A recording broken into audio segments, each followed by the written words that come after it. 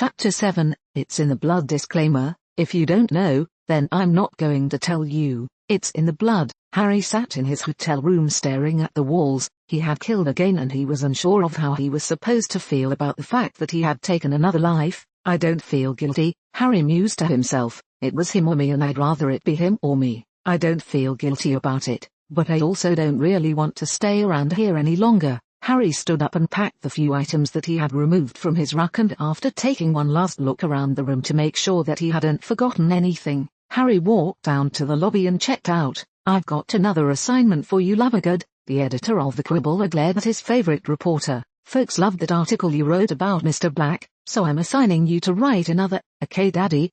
I mean, Chief. Luna gave a left-handed salute. Reporter Lovergood is on the case. Black killed a man in Marseilles. I want to know everything about what happened. The editor frowned. And none of that lone wolf stuff. The commissioner has been on my ass all week about that bus you blew up. I thought that we were reporters, not cops. Luna blinked at her father. Have you been taking your medicine again, Daddy? We ran out of every flavor beans and my medicine has a candy coating. Luna's father looked down at his shoes. Besides, it was so far past its expiration date that I thought it would be fine. Well, don't take any more of it. Luna put her hands on her hips. You know it gives you crazy ideas. I'm sorry, honey. He blushed. It won't happen again. It's okay, Daddy. Now get out there and get me that story, Lovergood. I don't pay you to sit around. The Quibbler's editor stormed out of the room. And if you have the time, could you get me a new box of candy? Okay, Daddy. Reporter Lovergood is on it. Luna walked over to the fireplace and tossed in a handful of foo powder.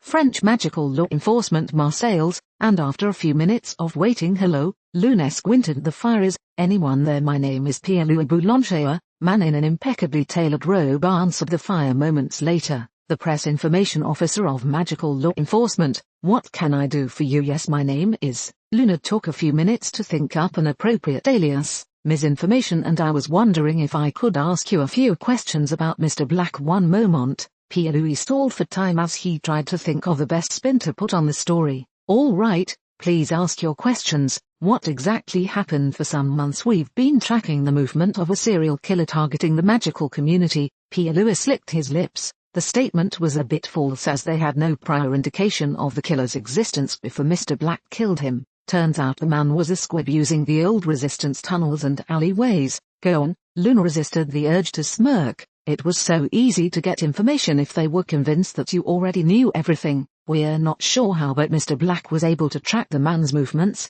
He gave a shy smile. Mr. Black confronted the man and Luna prompted, and he stalled for time trying to remember what had happened next. And Mr. Black knocked the knife out of the way and broke the man's neck. What spell did he use to break the man's neck? Spell. Pierre-Louis began to sweat. He had gotten his position as a press officer more on the merits of how splendid he looked in his robes than for any other reason. Mr. Black used no spell. He broke the man's neck with his bare hands. Oh, Luna looked impressed. What else can you tell me about the incident? Well, we've been looking through the old records and we've found that the murderer knew about the old resistance places because his father had been a member. He smiled as a new thought rose to the surface, but that still leaves us with one unanswered question regarding the incident. What's that? How did Mr. Black know so much about the resistance network? The man leaned close to the fire. What I'm about to tell you must not be attributed to me. If you chose to use it, you must attribute it to an unnamed senior source. If you think that's best.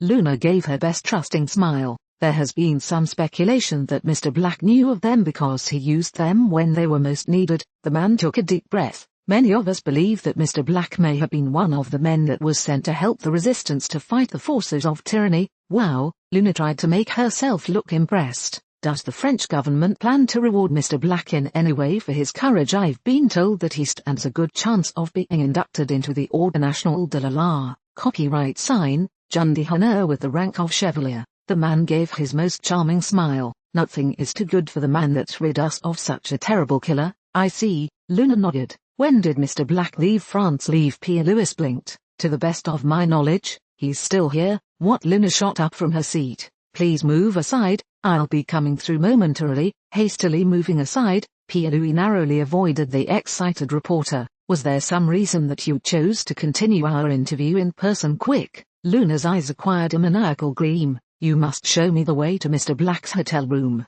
Flinching at the look in the crazed reporter's eyes, Louis was quick to agree and arrange transportation for the two of them. "What room is Mr. Black in?" Luna shouted to her escort as they ran towards the hotel entrance. "None of them," a woman with a poodle called out, halting Luna's advance. "What do you mean?" Luna fought to keep her disappointment from showing. "He checked out and left about 15 minutes ago." The woman shrugged. "You just missed him." "Oh?" Luna blinked and turned to her escort. "Then could you show me the alley where Mr. Black had his fight before you go?" The woman with the poodle interrupted. "Would you mind telling me how long you've been planning to come here to interview Mr. Black?" "About 15 minutes. Luna looked around with a dazed expression. "Ever since I found out he was still here." "Thank you." The woman nodded politely. "Guess that answers the question of why he left," the poodle commented to his partner, "but it still leaves the question of how he knew that she was coming. Looks like he either has a way of intercepting flu, or he's bugged the office," the woman speculated. "The man is a god,"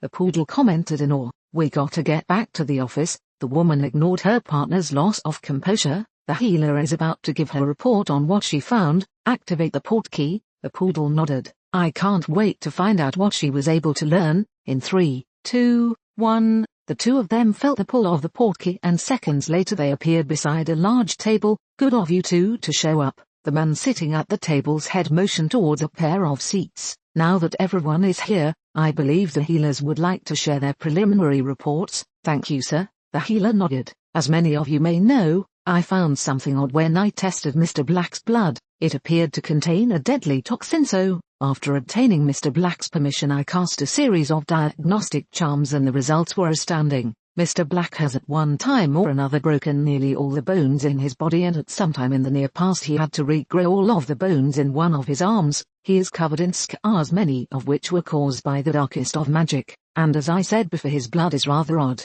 I've spent nearly the entire afternoon testing the sample that I recovered from the blade of the knife, and I believe that I may have a partial explanation of why it is so toxic. Go on. At some time in the past, Mr. Black must have deliberately injected himself with a massive dose of basilisk venom mixed with phoenix tears." The woman rechecked her notes. "The tears counteracted the venom's toxicity, which is the reason that Mr. Black is not dead. I was unsure of why he did this until I noticed that the phoenix tears didn't have the same amount of potency as I would expect from a fresh sample, so I double-checked the blood sample. I noticed that while the phoenix tears had gotten weaker, the basilisk venom maintained its potency, and my results showed that Mr. Black should have only a few months to live because of the tears losing their effectiveness." "So what you're saying is that Mr. Black is dying?" "No, that's what my first thought was until I started checking the data from my diagnostic charms, and they showed that he was healthier than one would expect after looking at his medical history. Somehow his body had adapted to the presence of the basilisk venom, possibly by absorbing the magic of the phoenix tears. So it appears that the poison in his system will never be a problem. In fact, it wouldn't surprise me to learn that Mr. Black won't ever have to worry about most poisons."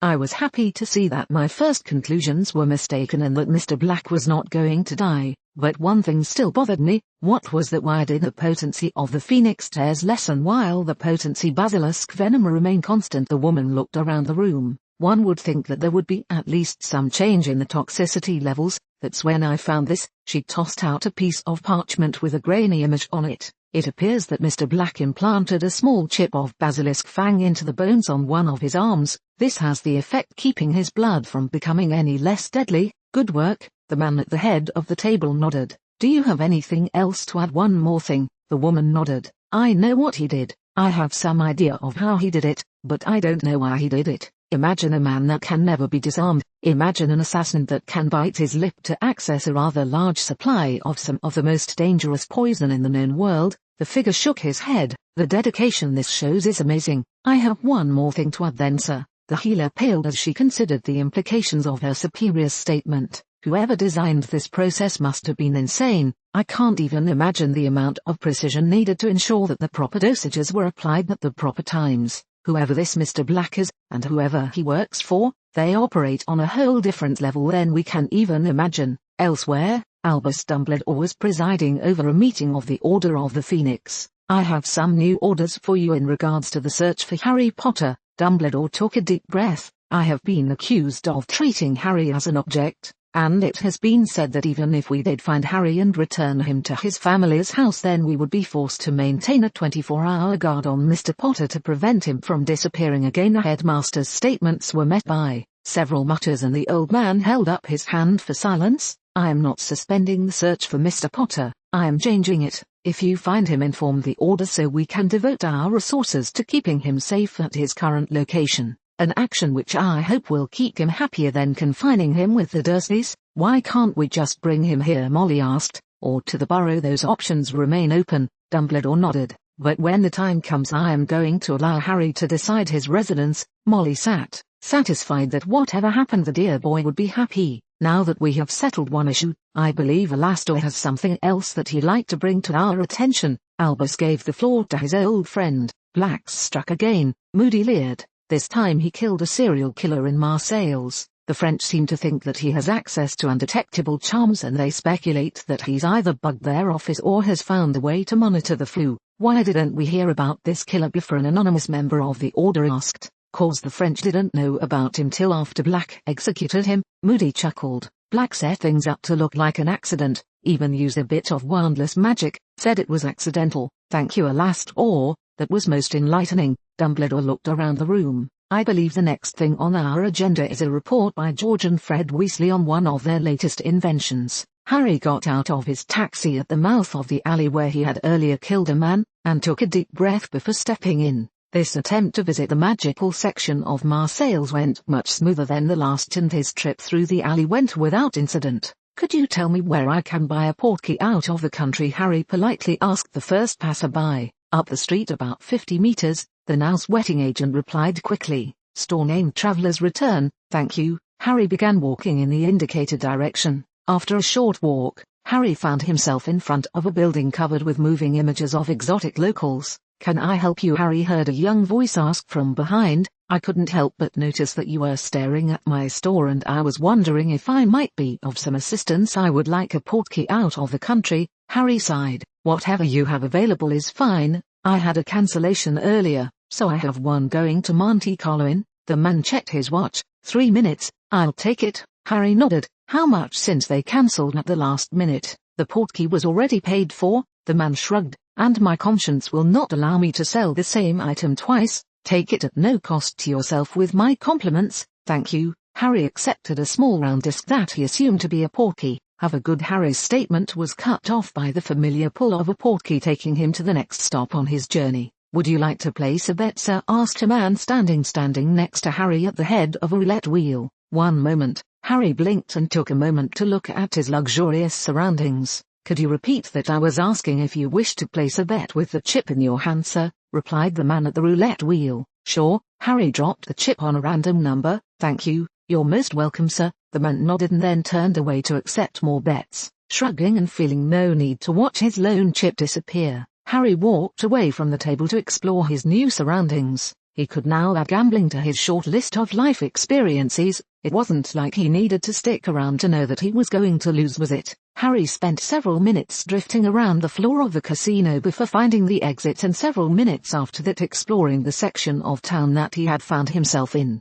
Finally, after nearly an hour of exploration, he ended up in the seedy bar with a drink in his hand. The last thing he remembered was being challenged to a drinking contest by several Australian backpackers. Good afternoon, Mr. Black. A man in an odd yellow striped outfit greeted him. Are you feeling well? Who are you? Harry's mouth tasted like the floor of the leaky cauldron. And where am I? My name is Gunter Schmidt, a member of the Swiss Guard. The man nodded respectfully. You are in the holy city of the Vatican, and I have a problem that I hope you can help me solve. What's that? Harry closed his eyes and hoped for the world to stop spinning. I would like you to inspect some new wards that we're having put up, they replied calmly. We asked some of our contacts in the magical world for the name of a man that could be discreet, and we were given yours. I see. Harry clenched his teeth to keep his stomach from jumping through his throat. Why do you want me to inspect your wards? A man was once contracted to build something out of marble. This man was supposed to use stone of only the highest quality, but he did not. Instead, he bought stone of low quality and pocketed the difference. At the time, there was another man working in the same area. That man was widely regarded as one of the best artists of the age, and he was also regarded as the man that knew the most about stone. If anyone was to detect the substitution of low-quality stone, it would have been him. The guard shrugged. So the first man found a way to keep the second busy, and his crime went unnoticed. We do not intend to make the same mistake. I don't know anything about wards. Harry tried to sit up, and I have no idea on how to check them. You'll find a book on the end table next to your bed. In it is everything you need to know to perform the tasks we request of you." The guard stood and began walking towards the exit, "and a uniform like mine is in the closet. If you chose to help us, then read the book and put on the uniform. If you decide not to, then knock on the door and someone will arrive to escort you out." "I'll think about it," Harry replied through clenched teeth. "In the meantime, would you mind sending up a bottle of painkillers and some water? I'll have them send up a few things to help with your stomach too." The guard paused before leaving the room. "Do you mind my asking why you were so drunk when we found you?" Thank Lord Ravenclaw for this update. For some reason the ideas kept popping up when I was reading the latest chapter of Harry Potter and the Era of Hogwarts. For those that don't know, the Marquis was the name of the French resistance movement during World War II. 5 points to the house of the person that can tell me where the poodle's quote came from.